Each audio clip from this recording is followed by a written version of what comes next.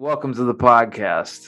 Brent forced me to record tonight, even though I'm not at my optimal level.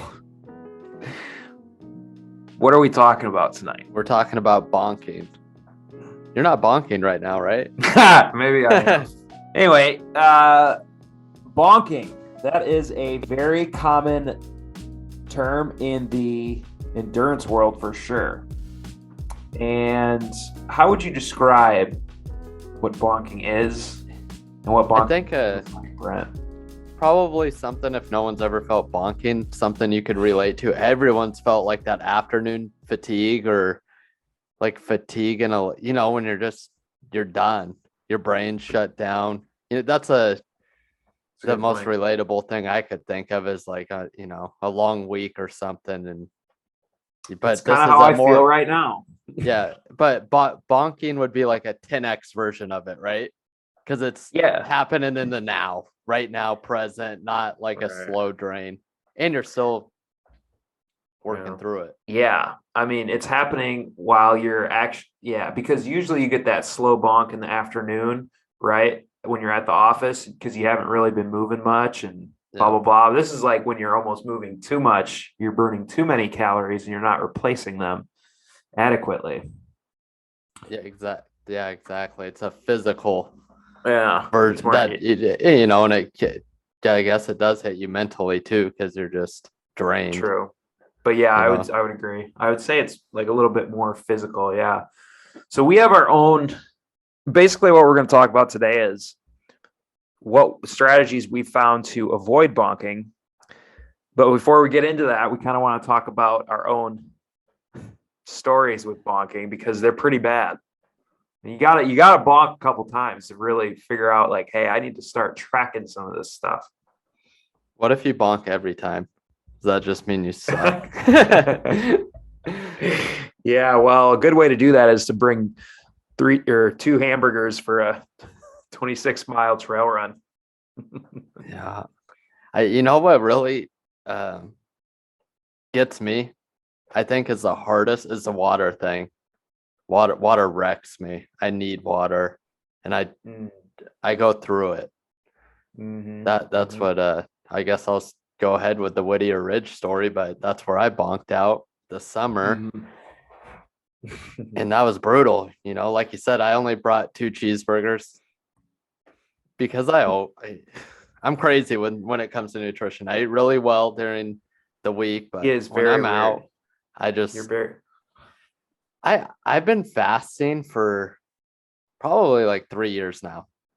So I can go a while without food, I feel like. It's kind of built in. So I don't want to pack a bunch of food if I don't have to. Mm-hmm. You're not going to eat healthy out there. So I don't care. Right. But the difference is you're not running 26 miles on a fucking daily basis. That's true. So when you run out of them calories and you're out of energy, and then what I should have thought about, we don't have any water out there. So you're out of calories, you're out of water, and you just shut down like mentally. Yeah. Mm-hmm. And who knows what effects that has on your muscles. Like if you get an injury, a cramp out there. Right. Yeah, you're probably more susceptible for sure. Exactly. And I don't think about that enough either. Probably should. Yeah, I remember this day because that morning we were making fun of Brent because we thought that he might be sponsored by Burgerville after this because he rolled up with 3 cheeseburgers or hamburgers from Burgerville. And we're like, well, where's the rest of your food? He's like, well, I'm eating 1 for breakfast and then I'm taking 2 up with me. And yeah, this is about a marathon trail run with Vert and all that. We were peak bagging, doing some peaks and stuff. And man, I mean, when did you run out of food? At what part in the run? Probably around, I was going to say around mile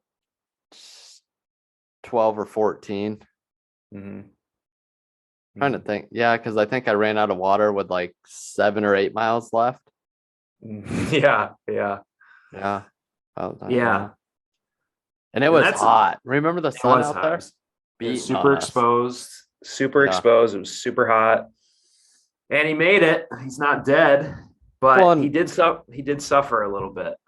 yeah, and I think like you say, we say it's a marathon or whatever, but it's a hard miles. Yeah. We were on some exposures and bagging peaks, so you're burning more calories than just your normal run. Mhm. We were burning a ton of calories. Right. Yeah, absolutely. So, Especially because the first half of that, where you ate all those calories, we were going up basically. yeah. I mean, that And it was was kind of the cold. first. Yeah, it was cold, and then it went to sun, and it was hot, and it was this whole fluctuation. Yeah, yeah. And where was the last water access? Like mile 10, mile 9? Mile 10 or 9. And at that point, it was freaking cold still. So we didn't really want to camel up or anything. And so, yeah, that was Whittier That Ridge. was That's and, actually like, this picture right here for all those on YouTube that Brent made for me and hand delivered for 3 hours. Drove yeah. 3 hours just to give it to me to drive right back. Now he came up, we were going to go skiing, and then it was raining. That's a perfect picture, though. It shows, what kind of terrain we were on. Yeah. So I always wonder that if you're burning more calories when you're when you're tensed up and mentally you're thinking about it on the exposures, that's got to be burning more calories than just running It on the is. road. So good point, dude. So a couple of things there. One, you burn more calories when it's cold, and it was cold the first couple hours that we were running. And two, my story, this is a good segue. The one time I bonked, well, a couple of times I bonked. One was at the Eagle Caps in Northeast Oregon. Same type of thing but this one was a traverse where we actually, like, there was no trail. We had to really think about where the heck we were going and how not to fall to our death for basically, a third of the entire route, right? It wasn't just a trail. And David brought up a good point from the Andrew Huberman Lab podcast of your brain uses glucose when you have to really think and focus on stuff, right? So I kind of partly blame that for that, but I totally, dude, that was the last time I really bonked, and I had to get food from David. And I'm not sure. I mean, it would have been very tough to complete that entire route if I didn't get food from David, but I ran out, like mile 12 out of 24. This is a 9,000 vert day. And I was suffering, man. I mean, I was suffering. And I at that point, I was just kind of throwing stuff into my vest, and this would be good. Think I'll maybe need this, blah, blah, blah. Wasn't counting at all. And obviously I didn't learn my lesson from the Olympics, which was we did a 50K up there and I ran out of stuff. David gave me some mangoes, and it was like an energy drink, dude. I mean, I felt it right away. For 2 miles after that, I was hauling ass, man. I put some Machine Gun Kelly on, and I was hauling ass. And then that took me basically to the finish line, but I could feel myself coming back down after that. So it was like that real high sugar. So those are my 2 stories. And finally the Eagle Caps, I'm like, I got to figure this out. Yeah. I feel the same way. I got to focus on that. Both stories, though, David saved both of us. David split his water with me at the end there. For as much as we make fun of him for falling all the time, he's actually saved our butt a couple times. God damn. Yeah. We owe him. He does. I've never seen him bonk. I've never seen him. He's been low water a couple times, stuff like that, but he pretty much, and he always has the weirdest assortment of snacks, and they're so good. Here's the thing. He's gonna hate me for saying this, but I'm pretty sure during the week and not out on adventures, me and you were eating better than him. Oh, 100%. Oh yeah, dude. This dude's fast David. food. Oh yeah. But then it just shows, maybe it's genetics too, that he just doesn't need. Yeah, I feel like I burn more water than most people, especially when I'm running. Your sweat rate could be higher. Yeah. Yeah. So how the heck do we So what have you done to move forward through this? What are your strategies, or what have you learned from this summer? You know, I Nothing. trying I don't want to say nothing. I mean, I've done some I need research. 4 burgers. No, I need to fix the food thing, but that's just me sometimes being lazy, I guess. Don't be lazy before anything big. Yeah, that's a good point. Nutrition the night before, or Yeah, water that's a good that, point too. hydrating the day before. Don't going into something weaker than you need to be, I guess. That makes sense. That's a good point. Yeah. What about That you? carb loading. Yeah, the carb loading the day before. Yeah, I would say so. I was listening to a podcast the other day where their general rule that has been floating around like the trail running communities was you needed 200 calories an hour, right? And come to find out, it's a completely unfounded rule. Somebody just made it up, and then people just ran with it, right? And so I kind of was subscribing to that notion, but I was going like 150 calories an hour. But even then, I wasn't really counting them. I just kind of thought that in the back of my head. Now, where so after the Eagle Caps and after our Whittier Ridge, I went and I ran Mount St. Helens by myself, which is a 50K around Mount St. Helens, and I nailed my food. I nailed it. And I brought for a 50K 3,000 calories, and I counted this out, counted it out, put it all in my vest calculator, and I recorded it in Strava. And so I think for me, it's like 300 calories an hour, dude, for me. And yeah, I do. And I think that's kind of like the rule that I'm at right now. Yeah. Otherwise, and I don't know if it's because we're more, I don't know if it's because we're more, I mean, than the average runner, we have more muscle than the average runner. Let's be, the average male runner, I think we have more muscle than the average male runner. So I don't know if it's more muscle type stuff. They do say, I have heard studies that says women on that thru hike tend to need less calories than the males. Like the males are always freaking hungry. And I don't know if it has to do with muscle mass or whatever. That would make sense because a man carries more muscle mass to a woman. Right. Interesting. Generally. Yeah, generally. Yeah. I think that what about have you tried it? I was gonna try doing some fruit this year, especially after I heard you say David gave you some mangoes and it felt like a supercharge, Dude, it was jet fuel. It was jet fuel. So the mangoes to me represent like what the gels are. The gels are quick sugar, quick carbs, right? Same with mangoes. It's the same damn thing. And then they taste better. They have those honey badgers or whatever, honey stingers that are just, or the honey sticks too, actually. Yeah, the honey stingers, and they have like honey sticks that you just bite the honey off. And those are easy packs. I should look at that. So I think especially if you start bonking, one of the best things I've found so far is getting the quick sugars and all that in, right? Yep. But for me, what has worked better to stave off the bonk is I've actually, instead of eating like that type of stuff, I've actually trended to more regular foods that I would take backpacking. So more fats and bars and stuff like that have actually, and I think, and I heard this in another podcast too, another guy was kind of trending towards more regular foods. And I think like it's a lot easier because I can do a 240 calorie bar in a couple bites, or I can jam basically almost 3 gels, which is kind of hard to do, dude. So I'm trying to get back to the normal food for at least trail running. Yeah. I always look at like calorie dense stuff because it's just like, I just want the calories. I'll take whatever. I think another important thing to think about too is when you're out trail running on these unsupported adventures that if you're doing them just how we are, on all these ones we talked about us bonking on, they're not races. These are just unsupported things we're doing. and watching your water, watching your food, and seeing where you're at. And you have to pace your own food or your Yeah, you own do. water supply.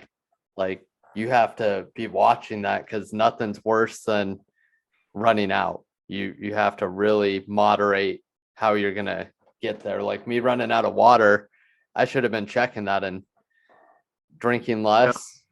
You got to be aware of the situation and make all that last.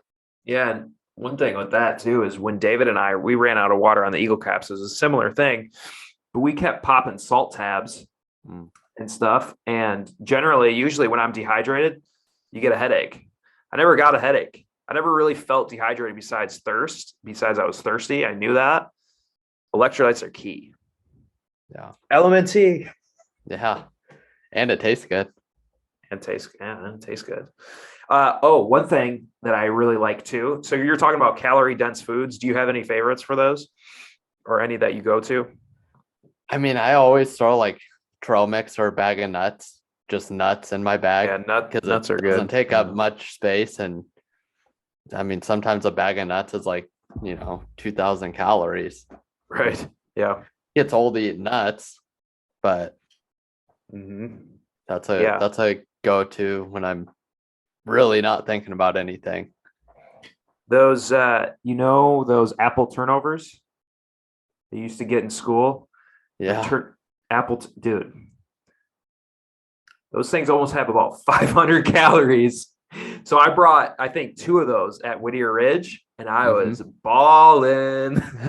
It was so good.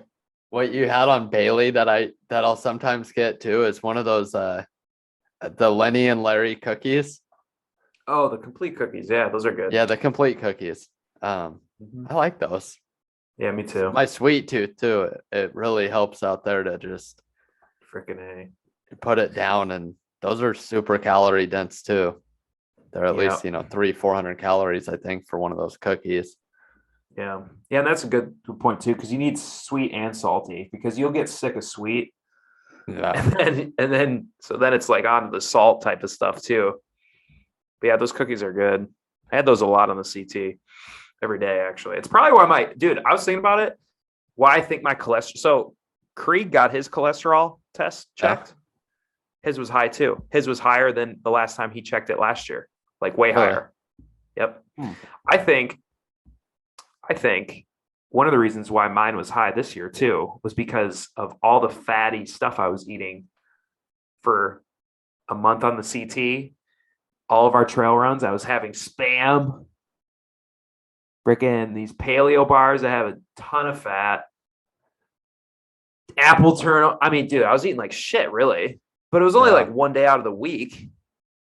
That's how I feel about it. I want to eat more. I guess for me, you want calories, not to bonk. I want to look at what calories are going to increase performance or maintain performance. That's what I want to kind of focus on. That should be the title of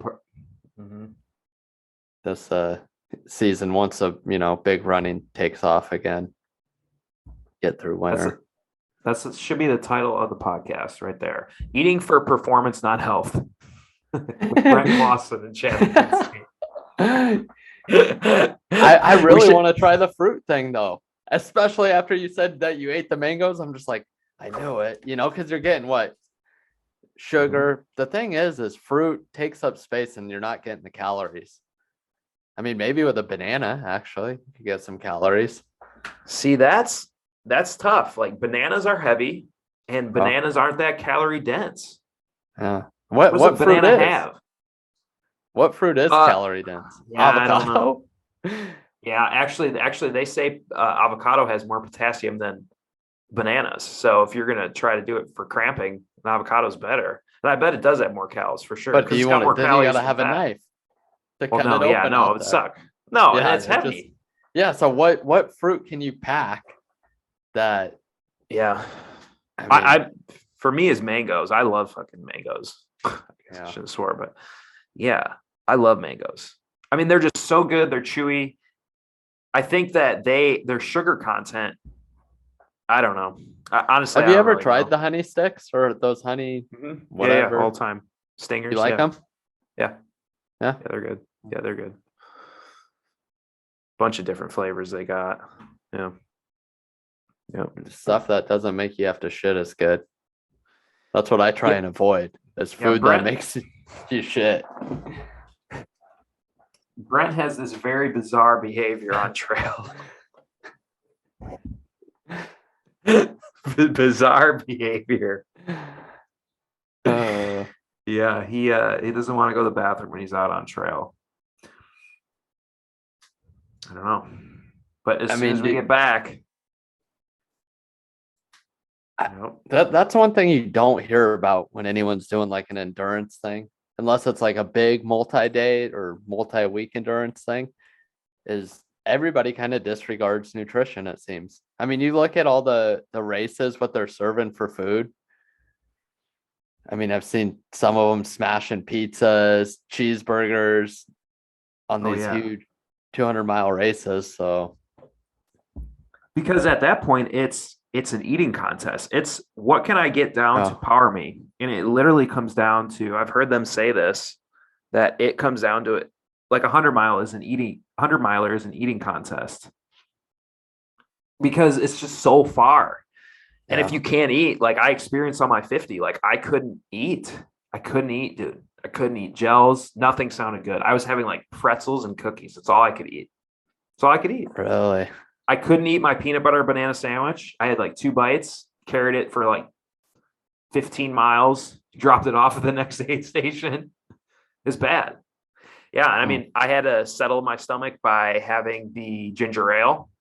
That was the only thing that worked, but I still couldn't really eat anything. Super weird. The one thing that I stole from you that I saw you doing was the bringing the peanut butter and the tortillas. The squeezed peanut butter. I mean, that's a lot of calories there between just the squeezed peanut butter and the tortillas. That's a good packable, light. Mm-hmm. Yeah, I love tortillas on trail. You can throw some honey in the tube too. Get some honey, peanut butter for a little more sugar. Yeah. Oh, that's a good one. Well, I mean, the name of the podcast, well, I guess we haven't really came to a concrete name on the podcast, but right now the placeholder name is Peanut Butter and Mountains. So it makes sense. Yeah, I like it too. You know, it goes good. Hey, you got your buddy making some shirt or that logo or what? Yeah, I got to follow up with him and see what's going on. That's a good idea. See if he's he just started drawing on the iPad Pro. He's a paper artist and now he's doing the digital thing. So sick. Cool. Yeah. I think the last thing I kind of wanted to touch on was, okay, well, Brent made a good point of eating for performance and not health, right? And I think if you do want to be healthy, you're screwed. But no, I mean, at least, yeah, like Brent's saying, I think on a trail run, it's out the window. It's a one-day thing, usually. I mean, what do you really have to lose? Like, just let go a little bit. That's the one cool thing about trail running. You can eat all that stuff. Yeah. So, but if I know a lot of thru hikers listen to this podcast too, so I act like we have like a huge audience. Well, one day when our audience is big and they're looking back at old episodes. Yeah. So this is when we're going to be multi-millionaires because we have L&T sponsoring the podcast. We probably got like Nike or something. Petzl. The biggest outdoor podcast on the. Then we'll start shooting them from the top of mountains. Yeah, exactly. Shooting what? Oh, the podcast. That'd be kind of cool. We'll be up there cold, It's not coming out our nose. That'd be kind of cool. But anyway, so kind of what I was gonna say, I do try to eat healthy on a thru hike because it's multi-day and because I still want to have that health and like as opposed to a trail run where it's a few hour thing, your inflammation levels will dictate your soreness on trail. So I try to keep my inflammation down and I try to keep my health up. So just a couple of things that I take is Brent was talking before the podcast about a multivitamin. Dude, I bring a ton of vitamins with me, several every day. And I'll pack them in my resupply, my backpack. And then I'll take a greens powder and I'll put that in my homemade oatmeal that I put. I don't use the sugar crap. Then no sugar bars or like really low sugar bars. Try to do some type of paleo bar, something like that. And then when I get into town, always trying to eat some sort of nutritious food. The caveat to that is you definitely still want to get as many calories as you can. So I will crush some pizzas, but I'll have a salad on the side. That's your cheat meal you've been saving for, right? Yeah, that's the cheat meal. Yeah. So It's anything you want to add on that? No, I mean, that's pretty good. It's so hard because everyone's got their own ideas on what's healthy or, so I don't like to dive in the weeds. I just think if you feel good, that's the most important part. And the second is getting the blood work done to prove that it's the most healthy for you. Once you got those two together, then you're good to go. Oh, that was a light jab, was it not? That was a light jab. No, I mean, I've been playing with my diet for the last 5 years, switching things around, seeing what's new, what works, really working. And I still try new things. I think people eat in like the circadian rhythm. Have you heard of that? Like they eat how the ancestors would eat, like on a schedule like that. I'm intrigued by all that. But it gets confusing because nobody agrees on anything, it seems. So you try and find a middle ground on. But then I think it's most important what feels good for you. Well, in reference to the blood work, Brent had some pretty clean results compared to mine, at least in the cholesterol department. So I have high cholesterol apparently, or moderate. I think like moderate to high, which it jumped up from my last one in 20, which was a while ago, 20 something. And I eat a lot of saturated fat. That's what I contributed to. I just think it's funny that when Krieg and I moved in with JC, that both of our cholesterol scores went up because we were eating. He got us on. I'm not saying that I figured out how good chicken thighs were. They got a lot of, I didn't realize how much cholesterol and saturated fat they had. And so I was eating them all the time. And then I was eating steaks and all this, whatever. And it was because JC was like cooking this stuff and it was really good. So I would buy it and I would cook it. And I don't think it's a coincidence that both of our scores are higher. Although Brent can eat this stuff like it's freaking a Skittle. And so I don't know. It's the weirdest. I think it's just like everyone's genetics. And who knows? It could be just one thing that you got to tease out of your diet. Right. That could be. It's such a, people get hardcore on that. I'm not quite that hardcore, but maybe one day I'll end up there. Hopefully not. I don't want to be crazy either. Some of it you can drive yourself neurotic. Oh yeah. And that's kind of how I am with sugar anyway. But I guess we got to do that with saturated fat now. But it is interesting after the blood work how much I started realizing, I put cheese on this every day. I mean, I was having 2 eggs a day with cheese. I mean, all that stuff. I eat so many eggs a day. Yeah, and I know our friend David said cholesterol isn't really a diet thing, but yet online you see it all over the place, but then other places say no. But then I see it with me and Krieg both having higher, just not testosterone, but cholesterol levels.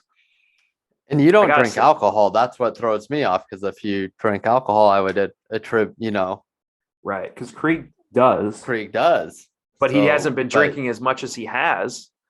Yeah. Either. So I don't know. It's a trip.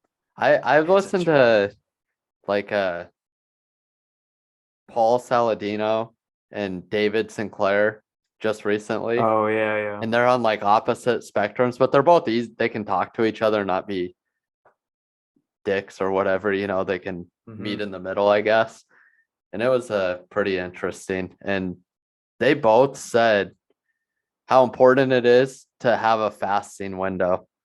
Like that Yeah, I seems to be a know. really big deal. And I notice Dude, that it helps for me. My wife has been for years, and I have probably been for like 3 years, just like 14 hours, nothing yeah, I do. crazy. Yep, I do 14. And yeah, but that seems everyone seems to kind of be in agreement on that, and it makes sense. You're totally right. I have seen, that's why I started getting into it, is because so many people from all these different places and educated people said the same thing with fasting. And then because I was resistant to it.